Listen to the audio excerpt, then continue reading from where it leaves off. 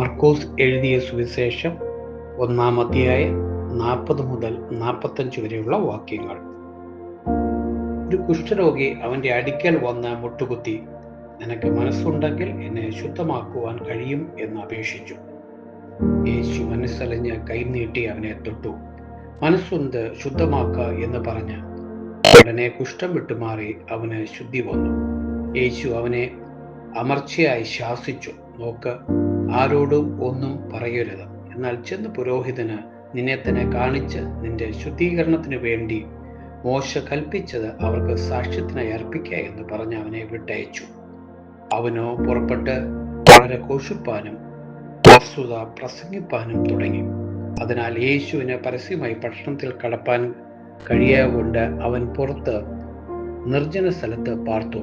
എല്ലായിടത്തു നിന്നും ആളുകൾ അവൻ്റെ അടുക്കൽ വന്നു കൂടി.